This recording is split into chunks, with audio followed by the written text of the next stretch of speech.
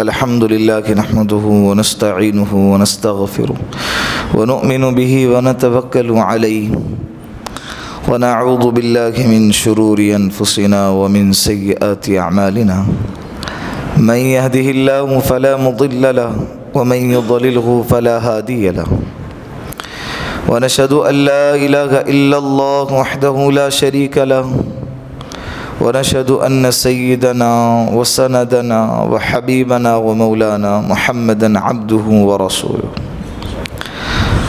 أما بعد فقد قال الله تبارك وتعالى في القرآن المجيد والفرقان الحميد فأعوذ بالله من الشيطان الرجيم بسم الله الرحمن الرحيم الحمد لله رب العالمين الرحمن الرحيم مالك يوم الدين إياك نعبد وإياك نستعين اهدنا الصراط المستقيم صراط الذين أنعمت عليهم غير المغضوب عليهم ولا الضالين آمین۔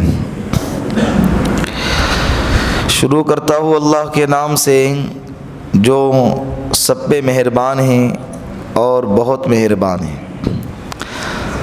الحمدللہ رب العالمین، تمام تعریف اس اللہ کی جو سارے عالمین کا رب ہے۔ الرحمن الرحیم، جو اللہ وہ ہیں جو سب پر رحم کرنے والا اور بہت رحم کرنے والا ہے۔ مالک یوم الدین، اللہ وہ ہیں جو بدلے کے دن کا مالک ہے۔ ایاک نعبد و ایاک نستعین، ہم تیری ہی عبادت کرتے ہیں اور تیری ہی عبادت کرتے رہیں گے۔ ہم تجھ ہی سے مدد طلب کرتے ہیں اور تجھ ہی سے مدد طلب کرتے رہیں گے۔ اہدنا الصراط المستقیم، ہمیں سیدھے راستے پر چلا۔ دوسرا ترجمہ، ہمیں سیدھے راستے کو دکھا، اس پہ چلا اور اس پر بولو قائم اور دائم رکھ، باقی رکھ۔ صراط الذین انعمت علیہم، ان لوگوں کا راستہ جن پر تو نے انعام فرمایا۔ غیر المغضوب علیہم ولا الضالین، ان لوگوں کے راستے پر نہیں جن پر تیرا غضب نازل ہوا ہے، اور ان لوگوں کے راستے پر بھی نہیں جو گمراہ ہوئے ہیں، جو گمراہ ہوئے۔ کئی جمعہ سے، کئی ہفتوں سے الحمدللہ سورہ فاتحہ کے تعلق سے آپ لوگ سن رہے ہیں۔ ہر جمعہ کو جس آیت کی تفسیر یا خلاصہ ہوتا تھا، اس آیت کا ترجمہ بھی ساتھ میں کیا جاتا تھا۔ گزشتہ مجلس میں نے یہ کہا تھا کہ سورہ فاتحہ کئی ہفتوں سے سن رہے ہیں تو اس کا ترجمہ آپ لوگوں سے اس جمعہ کو سنا جائیں گا۔ یاد ہے آپ لوگوں کو؟ گزشتہ مجلس میں اعلان کیا گیا تھا، اور یہ ہر مسلمان کو ہونا بھی چاہیے۔ جب دن میں 20 دفعہ نماز پڑھتے ہیں اور نماز کے ہر رکعت کے اندر سورہ فاتحہ کی تلاوت کی جاتی ہے، تو جو تلاوت کی جا رہی ہے بار بار، وہ کیا کر رہے ہیں یہ ہم کو معلوم ہونا چاہیے۔ صحیح ہے کہ نہیں؟ عمر گزر گئی، 50 سے 60 سال کی عمر ہو گئی، لیکن افسوس کی بات یہ ہے کہ سورہ فاتحہ کا ترجمہ نہیں آتا۔ کم سے کم درجے میں اتنا تو ہونا ہی چاہیے کہ ہم کو سورہ فاتحہ کا ترجمہ معلوم ہو۔ اس لیے کہ ابتدائی مجالس میں یہ بیان کیا گیا تھا کہ قرآن کریم تمام آسمانی کتابوں کا خلاصہ ہے، اور سورہ فاتحہ یہ تمام قرآن کریم کا خلاصہ ہے نا؟ یاد ہے آپ کو؟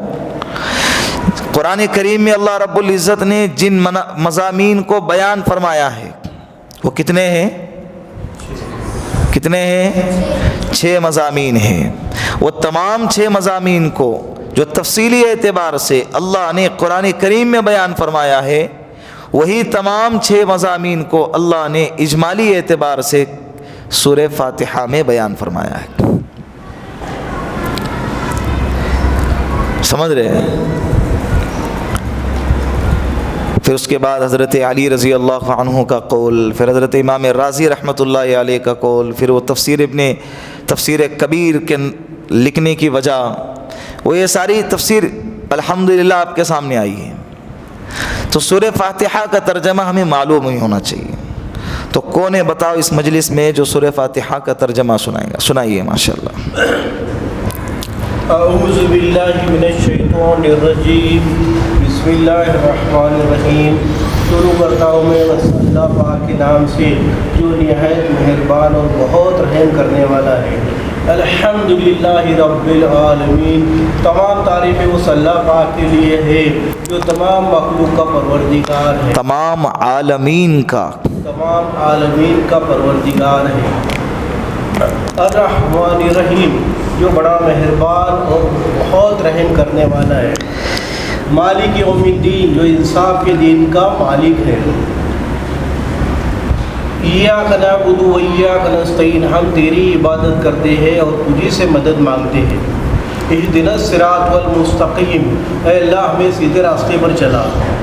صراط الذین انعمت علیہم، ان راستوں پر چلا جس پر تیرا فضل اور کرم نازل ہوا۔ ان لوگوں کے راستے پر چلا جن پر تو نے انعام فرمایا ہے۔ ان لوگوں کے راستے پر چلا جن پر تو نے انعام فرمایا ہے۔ غیر المغضوب علیہم ولا الضالین، آمین۔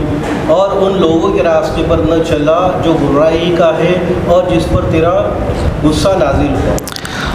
ماشاء اللہ، اللہ برکت عطا فرمائے، اللہ آپ کے جان میں، صحت میں، مال میں، علم میں، اولاد میں اللہ برکت عطا فرمائے۔ اور کون سنائیں گا؟ کون ہمت کریں گا؟ بتاؤ، پوری نہیں تو آدھی۔ سیکھنے کو بیٹھے ہیں ہم لوگ، کس لیے بیٹھے؟ غلط سنانے پہ گردنیں نہیں کاٹی جائیں گی۔ ماشاء اللہ، سنائیں۔ اعوذ باللہ من الشیطان الرجیم، بسم اللہ الرحمن الرحیم۔ اللہ کے شیطان مخلوق سے شروع کرتا ہوں اللہ کے نام سے جو بڑا مہربان نہایت رحم والا ہے۔ الحمدللہ رب العالمین، تمام تعریف اللہ کی ہے جو سارے عالمین کا مالک ہے، رب ہے، رب ہے۔ الرحمن الرحیم، جو بڑا رحم والا نہایت رحم، جو بڑا مہربان نہایت رحم والا ہے۔ مالک یوم الدین، جو روز جزا کا ہے، قیامت کے دن کا مالک ہے۔ ایاک نعبد و ایاک نستعین، ہم تیری عبادت کرتے ہیں اور تیری اطاعت کرتے ہیں اور کرتے رہیں گے۔ اہدنا الصراط المستقیم، ہمیں سیدھا راستہ دکھا، سیدھے راستے پر چلا۔ صراط الذین انعمت علیہم، وہ راستہ جس کے اوپر تو نے انعام رکھے ہیں۔ صراط الذین انعمت علیہم غیر المغضوب علیہم ولا الضالین، اور وہ راستہ نہیں جس کے اوپر تیرا غضب ہے، اور وہ راستہ نہیں جو بھٹکے ہوئے ہیں۔ ماشاء اللہ، ماشاء اللہ، اللہ قبول فرمائے۔ اور کون ہے؟ غوث بھائی سنائیے۔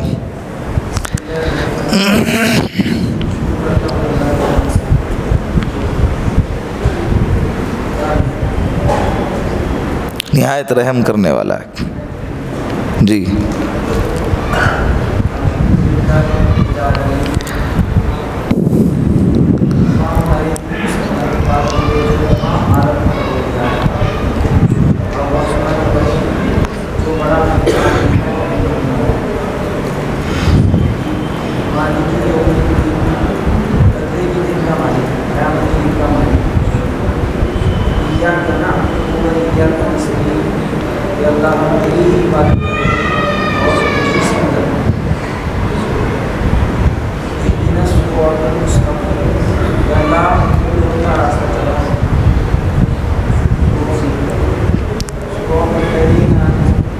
ہمیں سیدھے راستے کی ہدایت عطا فرما۔ اہدنا الصراط المستقیم کا ترجمہ کرو۔ اللہ قبول فرمائے۔ صراط الذین انعمت علیہم غیر المغضوب علیہم ولا الضالین آمین۔ گزشتہ مجلس میں ہدایت کے اقسام بیان کیے گئے۔ ہدایت کی کتنی قسمیں ہیں، کتنے درجات ہیں؟ کتنے درجات ہیں؟ ہدایت کے 4 درجات ہیں۔ اللہ رب العزت نے ہم کو مانگنا سکھایا۔ کیا سکھایا؟ مانگنا سکھایا، اور یہ پہلے تاکید سے فرمایا کہ مجھ سے ہی مانگو۔ جب مانگنے کی تاکید کی اور مانگنا جب سکھایا تو کیا مانگنا ہے اللہ ہی نے سکھا دیا کہ مانگنے کی لسٹ بہت لمبی ہے۔ سب سے پہلے چیز، سب سے اہم چیز، سب سے بہتر چیز کیا ہے؟ ہدایت ہے۔ تو اللہ نے کہا کہ کیا مانگو؟ اہدنا الصراط المستقیم۔ اللہ سے ہم نے ہدایت مانگی، اے اللہ ہمیں سیدھے راستے پر چلا، صراط مستقیم پر چلا۔ یہ سیدھا راستہ کیا ہے؟ سیدھا راستہ کس کا سیدھا راستہ؟ کون ہے جو سیدھے راستے پر چلتے ہیں؟ اللہ نے کہا سیدھا راستہ وہ ہے صراط الذین انعمت علیہم، وہ سیدھا راستہ ہے جس راستے پر چلنے کی وجہ سے میں نے ان پر انعام فرمایا ہے۔ میں نے ان لوگوں پر کیا فرمایا ہے؟ انعام فرمایا ہے۔ اب اللہ نے کن لوگوں پر انعام فرمایا ہے؟ اللہ ہم کو ان لوگوں کے پیچھے چلنے کو کہہ رہے ہیں جن پر اللہ نے انعام فرمایا ہے۔ تو وہ کون لوگ ہیں کہ جن کے پیچھے اللہ ہم کو چلنے کو کہہ رہے ہیں اور جن پر اللہ کا انعام نازل ہوا ہے؟ کون لوگ ہیں وہ؟ اللہ رب العزت نے سورہ نساء کے اندر اس کا تذکرہ کیا ہے۔ وَمَن يُطِعِ اللَّهَ وَالرَّسُولَ فَأُولَٰئِكَ مَعَ الَّذِينَ أَنْعَمَ اللَّهُ عَلَيْهِمْ مِنَ النَّبِيِّينَ وَالصِّدِّيقِينَ وَالشُّهَدَاءِ وَالصَّالِحِينَ وَحَسُنَ أُولَٰئِكَ رَفِيقًا۔ اللہ کی اور اللہ کے رسول کی اطاعت کرو۔ وَمَن يُطِعِ اللَّهَ وَالرَّسُولَ فَأُولَٰئِكَ مَعَ الَّذِينَ أَنْعَمَ اللَّهُ، جو لوگ اللہ اس کے رسول کی اطاعت کریں گا تو یہ وہ لوگ ہیں جن کے اوپر اللہ نے انعام نازل فرمایا ہے، جیسے نبیوں میں سے، شہداء میں سے، صدیقین میں سے، شہداء میں سے اور صالحین میں سے۔ اس 4 لوگوں کا تذکرہ قرآن کریم میں اللہ رب العزت نے فرمایا ہے کہ یہ 4 لوگ ہیں جن پر اللہ نے کیا کیا ہے؟ بولو، انعام نازل فرمایا ہے۔ سب سے پہلے نمبر پر کون؟ انبیاء علیہم الصلاۃ والسلام۔ دوسرے نمبر پر کون؟ صدیقین، من النبیین والصدیقین والشہداء۔ تو دوسرے نمبر پر کون ہے؟ صدیقین۔ تیسرے نمبر پر شہداء۔ چوتھے نمبر پر صالحین۔ یہ بہترین ساتھی ہے۔ جو بھی بندہ، جو بھی ایمان والا دنیا میں رہتے ہوئے ان کے نقش قدم پر زندگی گزاریں گا، اللہ رب العزت کل قیامت کے دن اس کا حشر انہی کے ساتھ فرمائیں گے۔ میں نے کہا تھا نا، تحیون کما تموتون، تموتون کما تبعثون، جیسے جیوں گے ویسے مروں گے، اور جیسے مروں گے ویسے اٹھائے جاؤں گے۔ اگر انبیاء اور صدیقین اور شہداء اور صالحین کے طرز زندگی پر زندگی گزاروں گے، ان کی طرح زندگی گزاروں گے، تو اللہ کل قیامت کے دن ہمارے معاملات کو، ہمارے حشر کو انہی کے ساتھ کرے گا۔ سبحان اللہ، کتنا بہترین سودا ہے، کتنا اچھا سودا ہے۔ ہم نبی بن نہیں سکتے، لیکن کل قیامت کے دن ان کے نقش قدم پہ چل کے اللہ نبیوں کے ساتھ ہمارا حشر کرے گا۔ یہ اللہ رب العزت نے قرآن کریم میں ہمارے لیے یہ بشارت سنائی ہے۔ اور اب ان کا راستہ کیا ہے؟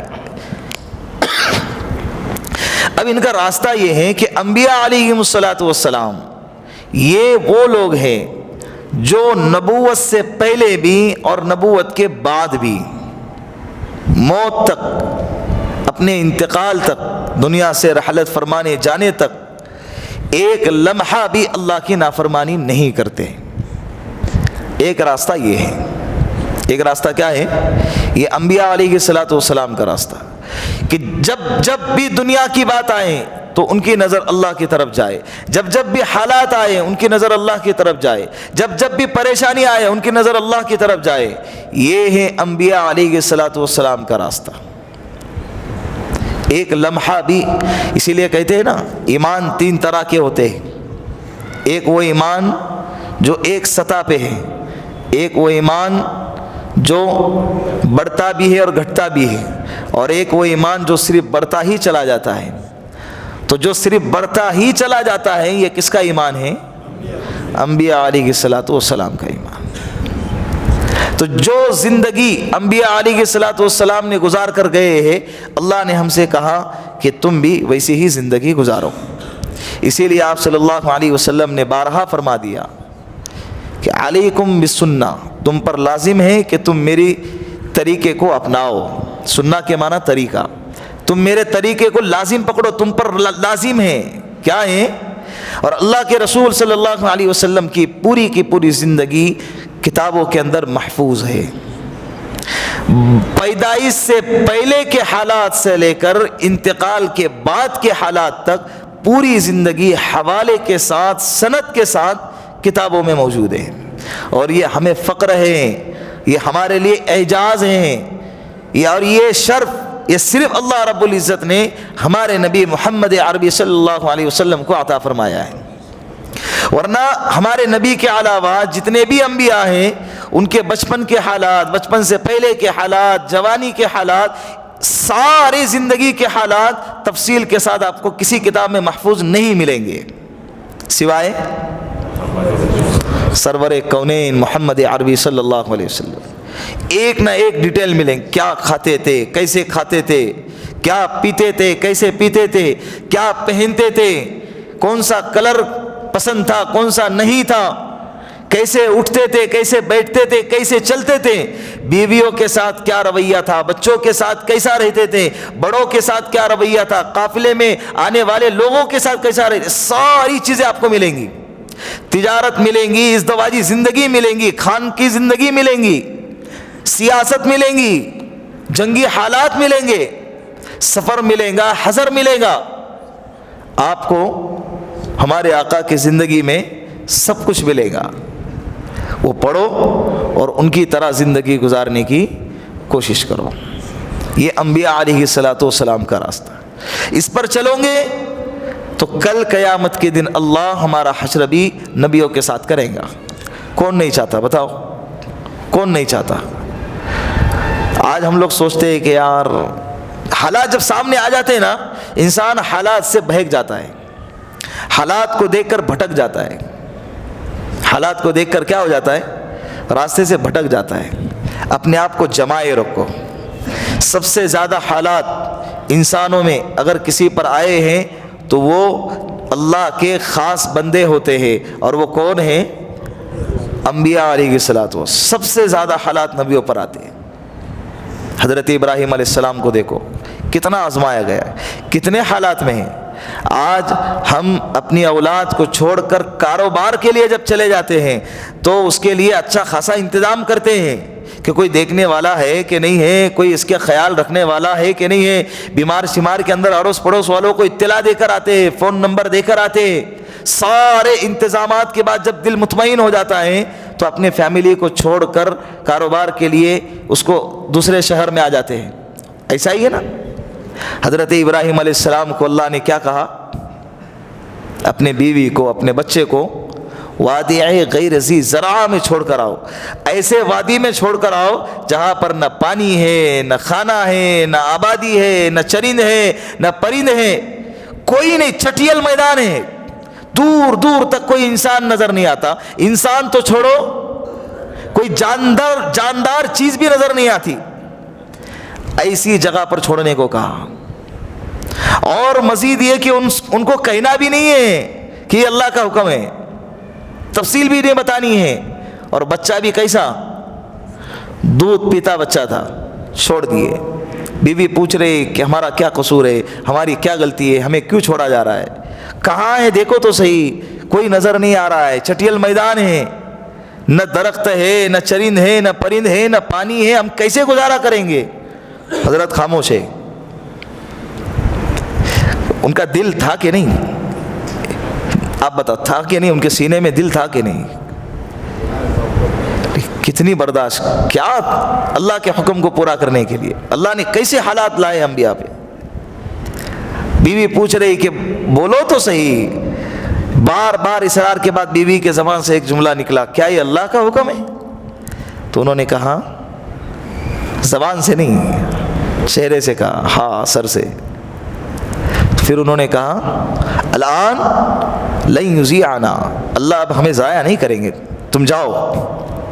پھر بعد میں اللہ نے لیکن ابتدا تو حالات تھے نا, بچے کو بخار آ جائے تو ماں باپ کی نیندیں حرام ہو جاتی ہیں, راتوں کی نیندیں, ایسا ہی ہے نا. اب وہ کیا کھائیں گا, کیا پیئیں گا؟ تو پھر اللہ نے کیا راستہ کھولا, زمزم کا چشمہ ہی اللہ نے جاری کرا دیا, جو قیامت تک بہتا ہی جائیں گا, جو قیامت تک کیا ہوتا جائیں گا.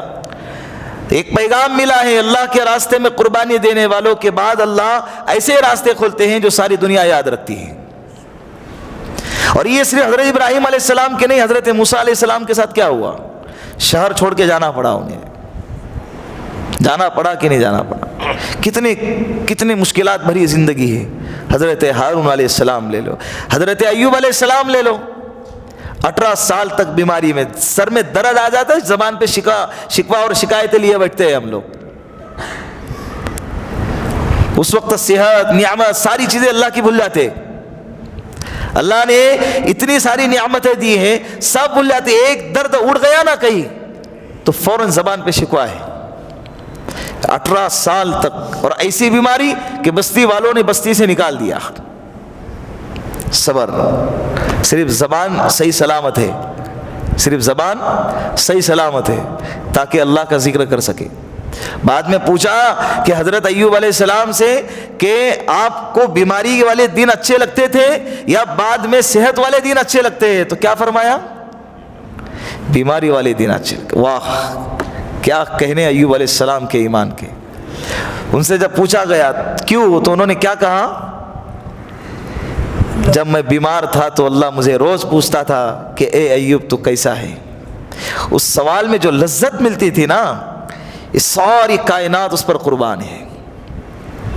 تو نبیوں پہ حالات آئے, یہ حالات جو گنا رہا ہوں نا, اس کے بعد سنو اللہ کے رسول صلی اللہ علیہ وسلم کیا کہہ رہے ہیں کہ عائشہ, اس دین کے خاطر جتنا مجھے ستایا گیا اتنا کسی نبی کو ستایا نہیں گیا. یہ جو تکلیف ہے نا, یہ جو تکلیف ہے, اللہ کے رسول فرما رہے کچھ نہیں ہے جتنی مجھے تکلیف پہنچائی گئی, جتنی مجھے تکلیف پہنچا. سیرت کا مطالعہ کرو, اللہ کے رسول کی زندگی پڑھو, آپ کو معلوم ہوگا کہ اللہ کے رسول صلی اللہ علیہ وسلم نے کتنے حالات کا سامنا کیا ہے.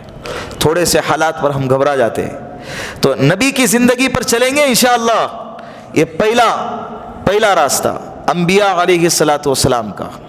دوسرا راستہ بولو, صدیقین کا راستہ. یہ کس کا راستہ ہے معلوم ہے؟ ماننے والوں کا. کس کا راستہ ہے؟ ماننے والوں کو صدیقین کہتے ہیں. بلا چوں چرا کے, بغیر کسی شک و شبہ کے, بغیر کسی سوال و اعتراض کے مان لینا, اس کا نام ہے صدیقین. اس کا نام کیا ہے؟ صدیق. حضرت جب آپ صلی اللہ علیہ وسلم معراج کر کے آئے, معراج کا سفر ہوا, مسجد حرام سے مسجد اقصیٰ, مسجد اقصیٰ سے 7 آسمانوں کا سفر, جنت جہنم کے مناظر دکھائے گئے, اللہ سے ملاقات کر کے آئے. جب آئے ہیں تو آنے کے بعد مکہ والوں کو یہ حال سنا دیا. حال سنا دیے تو سننے والوں میں ابو جہل بھی تھا, عتبہ بھی تھا, شیبہ بھی تھا اور ابو لہب بھی تھا. تو انہوں نے فوراً کیا کہا, ایسا کوئی رہتا ہے کہ راتوں رات مسجد حرام سے مسجد اقصیٰ جائے, اور ہزاروں میل کا سفر ہے, 40 دن لگتے ہیں. اگر کوئی مسلسل چلیں گا تو کتنے دن لگتے ہیں مسجد حرام سے مسجد اقصیٰ؟ 40 دن. اس زمانے کے اعتبار سے بات کر رہا ہوں یار. یہ محمد کہہ رہا ہے کہ راتوں رات گئے, اور آسمانوں کا بھی کوئی سفر کرتا ہے؟ تو نہیں ماننے والوں نے اس طرح کے اعتراضات. جب یہی بات, یہی سفر کے احوال حضرت ابو بکر صدیق کے سامنے سنایا گیا تو انہوں نے کیا کہا, یہ کس نے بیان فرمایا؟ کہا کہ تمہارے دوست محمد عربی صلی اللہ علیہ وسلم. کہا کہ اگر محمد کہتا ہے کہ انہوں نے یہ سفر کیا ہے تو اللہ کی قسم وہ سچ کہتے ہیں. اس کا نام ہے صدیق. اس کا نام کیا ہے؟ صدیق۔ بغیر سوال کے، بغیر چوں چرا کے نبی کے بات کو ماننا یہ صدیق کی علامت ہے، اور اس پر اعتراض کرنا اور اس پر سوال اٹھانا یہ کس کی علامت ہے؟ ابو جہلیت کی علامت ہے اور اس کے ماننے والوں کی علامت ہے۔ جس طرح سے سود ہے، بیاج ہے، لون ہے، انٹرسٹ کا کاروبار جو ہوتا ہے نا، نبی کہہ رہے ہیں کہ انٹرسٹ کے کاروبار میں، سود میں اللہ نے برکت نہیں رکھی ہے، یہ حرام ہے، اس سے رزق گھٹتا ہے، اس سے رزق کیا ہوتا ہے؟ گھٹتا ہے۔ اور اللہ کے رسول صلی اللہ علیہ وسلم نے فرمایا، نبی کی خبر یہ ہے کہ صدقہ دینے سے رزق کیا ہوتا ہے؟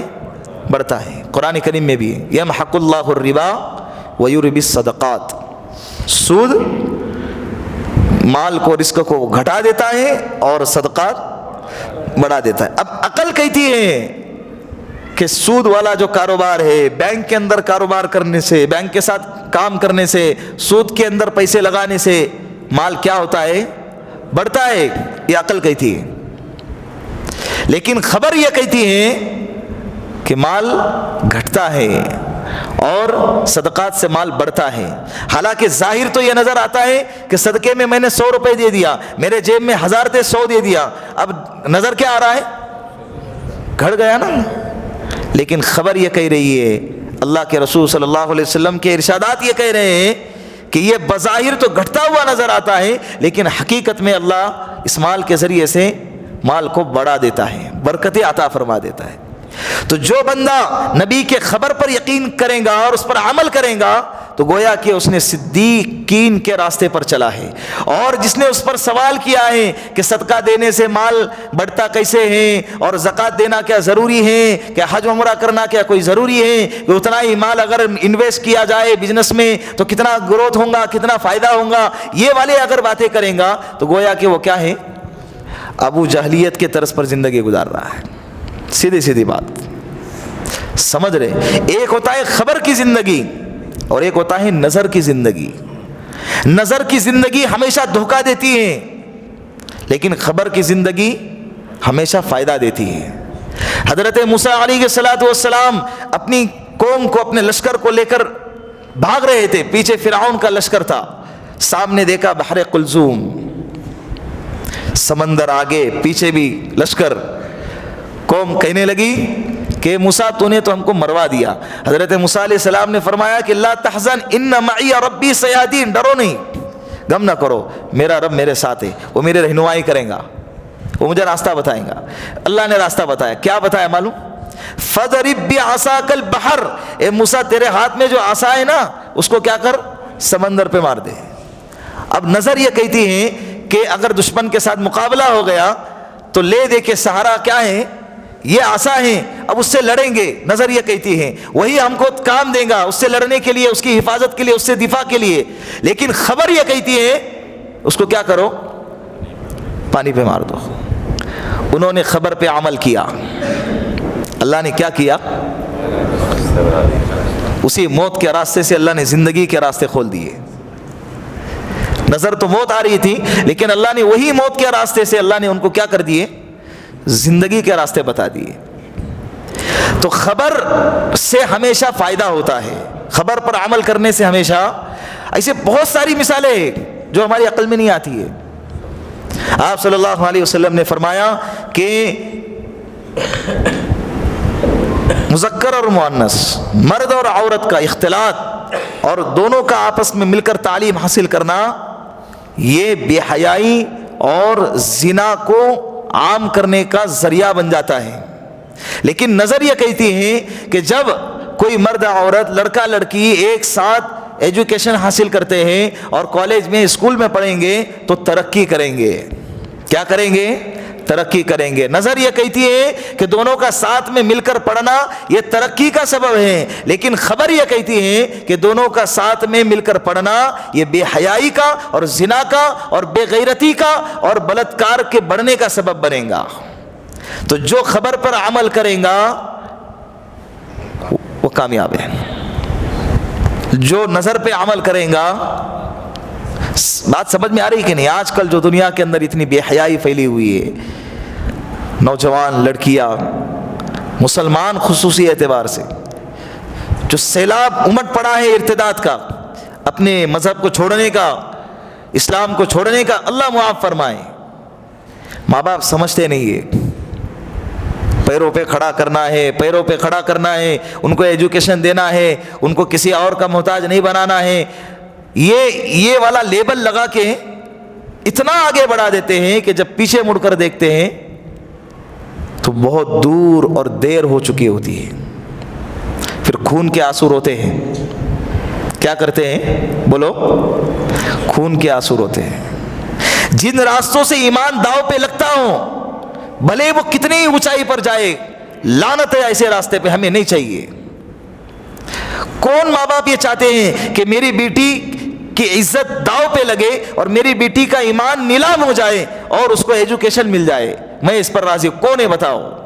لیکن جو طریقہ اپنایا جا رہا ہے، طریقہ وہی ہے، راستہ وہی ہے نا جو دکھ رہا ہے.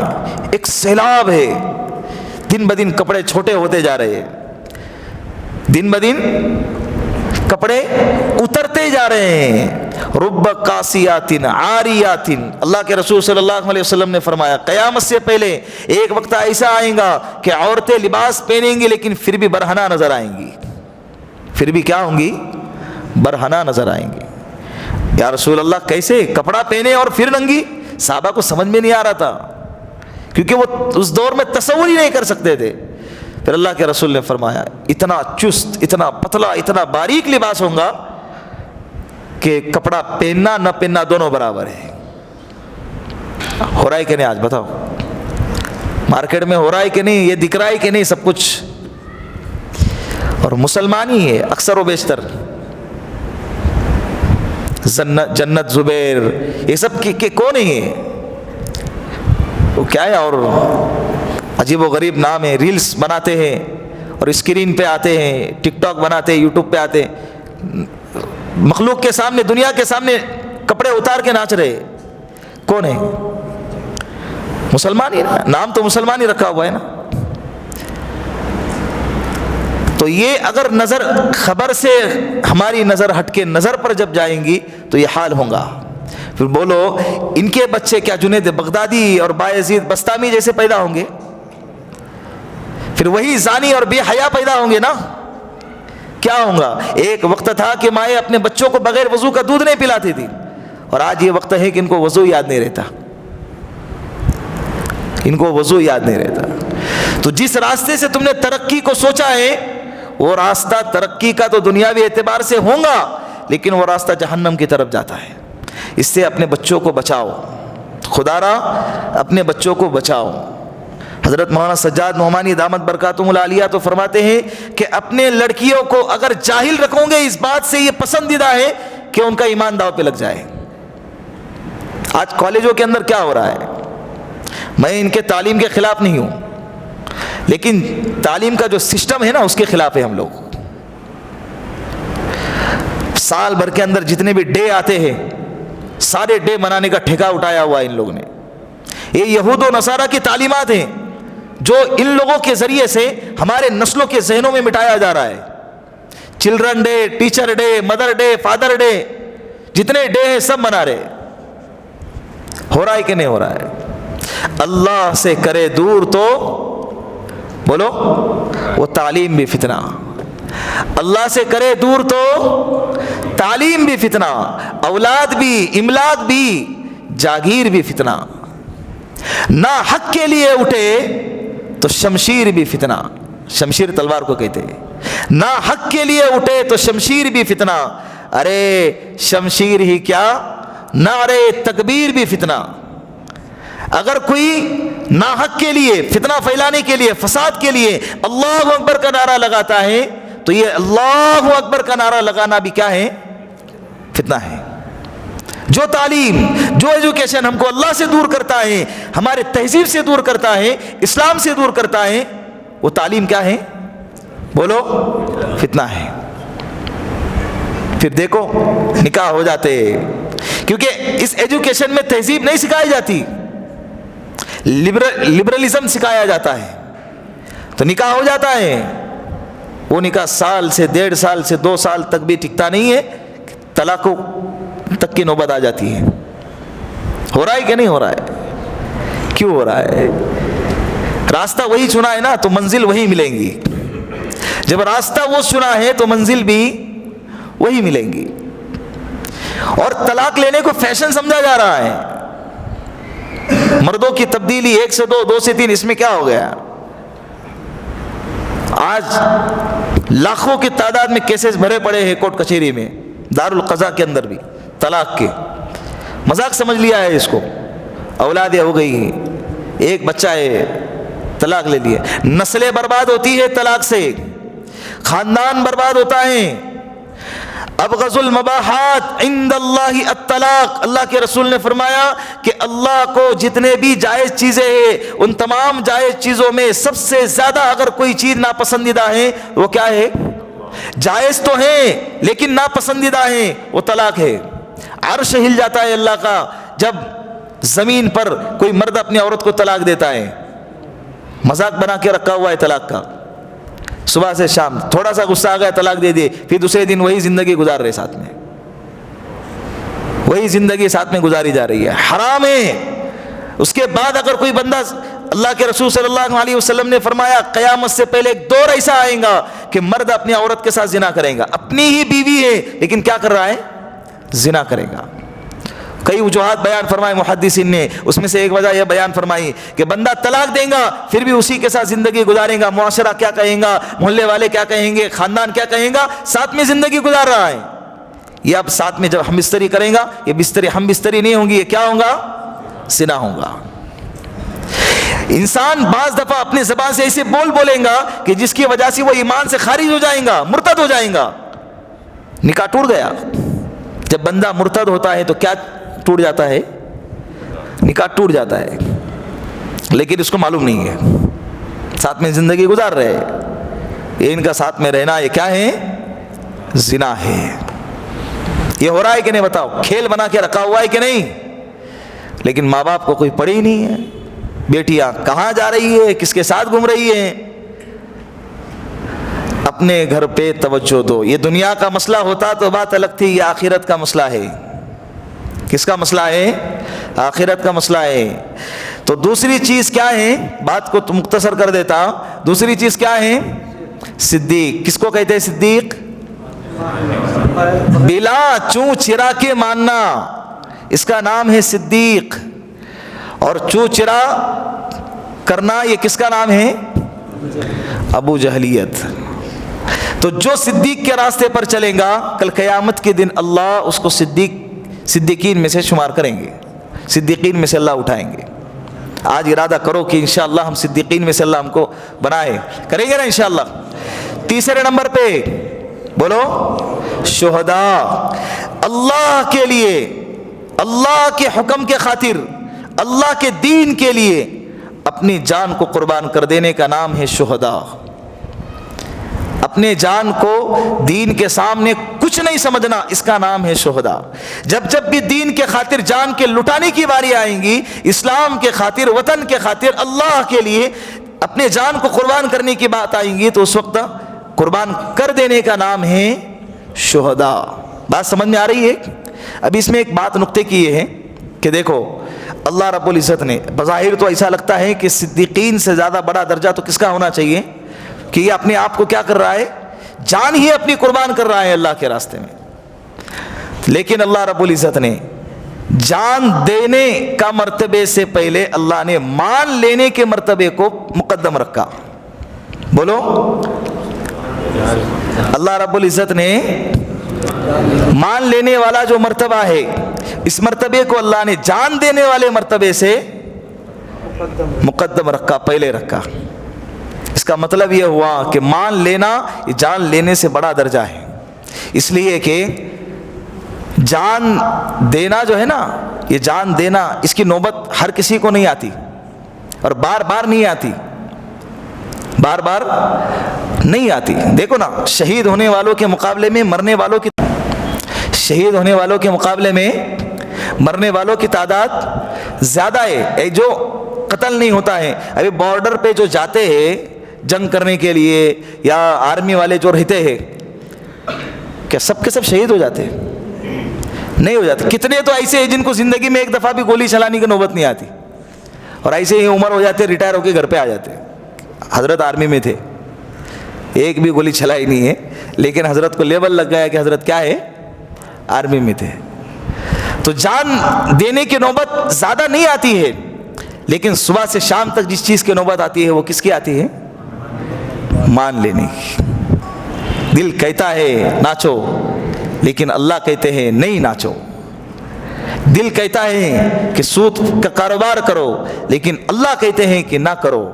دل کہتا ہے کہ بدنظری کرو، غیر محرم لڑکی خوبصورت سامنے سے جا رہی ہے، لیکن اللہ کہہ رہے قل للمؤمنین یغضوا من ابصارہم ویحفظن فروجہم۔ اللہ کہہ رہے اے ایمان والو، جب راستے سے چلنے لگو تو اپنے نظروں کو نیچی کرو اور اپنے شرمگاہوں کی حفاظت کرو۔ دل کہہ رہا ہے۔ اب یہاں پر ہیں کہ ہم مانتے کہ نہیں مانتے۔ صبح سے شام تک ہزاروں دفعہ یہ ماننے والے جو چیزیں نا یہ سامنے آتی ہے، تو اس کی پریکٹس کرنا پڑتا ہے صبح سے شام تک۔ حضرت حکیم اختر صاحب رحمۃ اللہ علیہ، مولانا اشرف علی تھانوی نور اللہ مرکزہ کے خلیفہ تھے، دنیا سے چلے گئے، بہت بڑے اللہ والے تھے حکیم اختر صاحب۔ وہ فرمایا کرتے تھے نہ دیکھیں گے اس کو ہرگز نہ دیکھیں گے جس کو دیکھنے سے میرا رب ناراض ہوتا ہے۔ بد نظری سے بچنے کا ایک فارمولا بتاتے تھے، نسخہ بتاتے تھے، تو یہ کہ جب بھی تم راستے سے چلنے لگو تو یہ اپنے زبان پہ دہراؤ، آپ بھی میرے ساتھ میں دہراؤ، نہ دیکھیں گے، زور سے بولو، نہ دیکھیں گے اس کو ہرگز نہ دیکھیں گے جس کے دیکھنے سے میرا رب ناراض ہوتا ہے۔ یہ انشاءاللہ فارمولا آزمائیں گے۔ تو میں نے یہ بتایا کہ دو چیزیں ہیں، ایک صدیقین اور ایک شہداء۔ اللہ رب العزت نے صدیقین کو شہداء سے مقدم رکھا، اس لیے کہ صدیق نام ہے ماننے کا اور شہداء نام ہے جان دینے کا۔ ماننا یہ جان دینے سے بڑا عمل ہے، اس لیے کہ یہ روز دن میں 20 دفعہ پایا جاتا ہے، اور یہ بڑا بھاری عمل ہے۔ بندہ زبان سے بول دیتا ہے یار تیرے لیے تو جان حاضر ہے، بھائی ذرا 1000 روپے لگنے کے تھے، ارے نہیں ویسا نہیں، الگ ٹائپ کی جان، 1000 نہیں دے رہا ہے یار، کیا کہہ رہا ہے کہ تیرے لیے؟ تو یہ جان دینے والا جو جملہ ہے نا یہ بہت سستا ہو گیا، ابھی مان لینے والا جو جملہ ہے نا بہت مہنگا ہے، بڑا مشکل عمل ہے۔ سال ہو گیا اللہ کے راستے پہ نکلنا ہے، دل پہ پتھر رکھتے، اب یہاں پر مانو نہیں، بیوی آئیں گی، بچے آئیں گے، حالات آئیں گے، ارے اتنا نہیں تو مہینے میں کم سے کم 3 دن، لیکن نہیں، پکنک پہ جائیں گے، گھر میں بیٹھیں گے، کورونا آئیں گا تو 4 مہینے گھر میں سڑیں گے، لیکن اللہ کے راستے میں نہیں جائیں گے، اس لیے کہ نہیں مانیں گے۔ وقت بہت زیادہ ہو گیا، ورنہ اس پر ایک اور اچھا بہترین عبرتناک ایک قصہ تھا، پھر کبھی انشاءاللہ اگلی مجلس میں اس کو سنایا جائیں گا اگر اللہ نے زندگی باقی رکھی تو۔ چوتھے نمبر پر جن پر اللہ نے انعام فرمایا ہے کیا ہے؟ صالحین، نیک لوگ، یہ وہ لوگ ہیں جن پر اللہ نے انعام فرمایا۔ تو صالحین کسے کہتے ہیں؟ بولو، صالحین اسے کہتے ہیں جو گناہ کبیرہ سے اپنے آپ کو بچاتا ہو۔ صرف عبادت کرنے کا نام صالحین نہیں ہے۔ نیک لوگ، کونے میں بیٹھ کے قرآن پڑھنا بہت آسان ہے، روزہ رکھنا بہت آسان ہے، لیکن اپنے آپ کو گناہ کبیرہ سے بچانا بہت مشکل عمل ہے، اور وہی عمل پر چلنے کا نام بولو صالحین ہے۔ کیا ہے؟ صالحین ہے۔ تو کریں گے نا انشاءاللہ آج سے۔ گناہ کبیرہ کی بہت لمبی لسٹ ہے، بہت لمبی لسٹ ہے۔ ماں باپ کی نافرمانی، بد نظری کرنا، جھوٹ بولنا، غیبت کرنا، زنا کرنا، شراب پینا، دھوکہ دینا، بہنوں کا وراثت میں حق کھا جانا، یہ گناہ کبیرہ ہے۔ بڑے بڑے حقوق کھا کر ڈکار بھی نہیں مارتے، اور حضرت پہلی صف کے اندر کیا ہے اس کو صالحین نہیں کہتے۔ صالحین کس کو کہتے ہیں؟ گناہ کبیرہ سے اپنے آپ کو بچانے کو صالحین کہتے ہیں۔ تو انشاءاللہ ان 4 راستوں پر عمل کریں گے نا انشاءاللہ رب۔ آج ہم سب مل کے دعا کرتے ہیں کہ اللہ رب العزت ہم کو ان 4 لوگوں کے طریقوں پر ہمیں چلنا نصیب فرمائے، چلنا آسان فرمائے۔ ابھی غیر المغضوب علیہم ولا الضالین جو آخری آیت ہے اس کی بھی بڑی تفصیل ہے، سوچا تھا امید تھی کہ انشاءاللہ یہ ہفتے میں ختم ہو جائیں گے، لیکن انشاءاللہ آئندہ مجلس میں اس کو ختم کر دیا جائے گا، زندگی اگر باقی ہو تو۔ اللہ رب العزت ان باتوں پر عمل کرنے کی توفیق عطا فرمائے۔ بسم اللہ الرحمن الرحیم، اللہم انت السلام ومنک السلام تبارکت یا ذا الجلال والاکرام، اللہم صلی علی سیدنا محمد وآلہ الف الف مرہ، اللہم اعنی علی ذکرک وشکرک وحسن عبادتی یا حی یا قیوم برحمتک نستغیث۔ اے کریم اللہ، اے رحیم اللہ، اے مہربان اللہ، اے شفیق و مشفق اللہ، اے حنان اللہ، اے منان اللہ، اے زمین و آسمان کو پیدا کرنے والے اللہ، اے زندگی اور موت کے مالک اللہ، ہمارے گناہوں کو معاف فرما، ہمارے خطاؤں کو درگزر فرما، ہمارے سیئات کو حسنات سے مبدل فرما۔ اے اللہ زندگی بہت غفلت میں گزر رہی ہے، اے اللہ وقت یوں ہی ضائع ہو رہا ہے، اے اللہ ہمیں معاف کر دیجئے، اے اللہ ہمیں معاف کر دیجئے۔ اگر کوئی گناہ نہ بھی کرے تو وقت کا ضیاع تو کتنا بڑا گناہ ہے، اے اللہ اس سے ہماری حفاظت فرما، اے اللہ اس سے ہماری حفاظت فرما، اے اللہ ہمیں صراط مستقیم پہ چلا لیجئے، اے اللہ ہمیں صراط مستقیم دکھا دیجئے، اس پہ چلا دیجئے اور اس پر زندگی بھر باقی رکھنا۔ اے اللہ ان لوگوں کے راستے پہ چلا جن پر تو نے انعام فرمایا ہے، جیسے کہ انبیاء ہیں، صدیقین ہیں، شہداء ہیں، صالحین ہیں، اے اللہ ان کے راستے پر چلنا ہمارے لیے آسان فرما، ان کا راستہ کیا ہے ہمیں دکھا دیجئے اور ان پر چلنا ہمارے لیے آسان فرما۔ دائیں بائیں بھٹک جائے اللہ سنبھال لینا، اللہ دوبارہ ان کے طریقے پر اور ان کے طرز زندگی پر ہم کو لے آئیے۔ اے کریم اللہ حالات بڑے بد سے بدتر ہوتے جا رہے ہیں، فتنے اور فساد کا دور ہے، گناہ سے بچنا بڑا مشکل ہے، اے اللہ چاہتے ہیں گناہ سے بچنا لیکن حالات اتنے بدتر ہو چکے ہیں کہ چاہ کر بھی ہم بچ نہیں پاتے۔ اے اللہ ہمیں گناہ سے بچا لیجئے، اللہ ہمیں گناہ سے بچا لیجئے، اللہ ہمیں گناہ سے بچا لیجئے۔ جزا اللہ عنا محمدا واہلہ صلی اللہ علیہ وسلم، سبحان ربک رب العزت عما یصفون وسلام علی المرسلین والحمد للہ رب العالمین۔